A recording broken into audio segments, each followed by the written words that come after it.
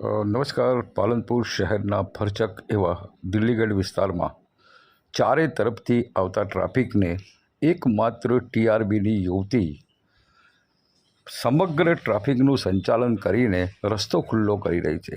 ધમધોકતા તાપમાં તેની આ પ્રશંસનીય કામગીરી લોકોને આંખે વળગે એવી છે. જ્યારે બનાસકાંઠા જિલ્લા પોલીસ વડાએ આ બાબતે ગંભીરતા દાખવીને અહીંયા 3 થી 4 ટ્રાફિક ટીઆરબીની અથવા પોલીસની જરૂર છે એની જગ્યાએ એક જ છોકરી એ બી આખું સંચાલન કરી રહી છે.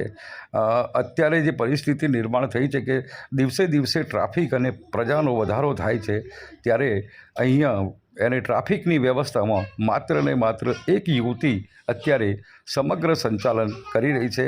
ધમધોકતા તાપમાં માત્ર એક માથા પર ઓઢણી બાંધીને પોતાની ફરજ નિષ્ઠાથી બજાવી રહી છે.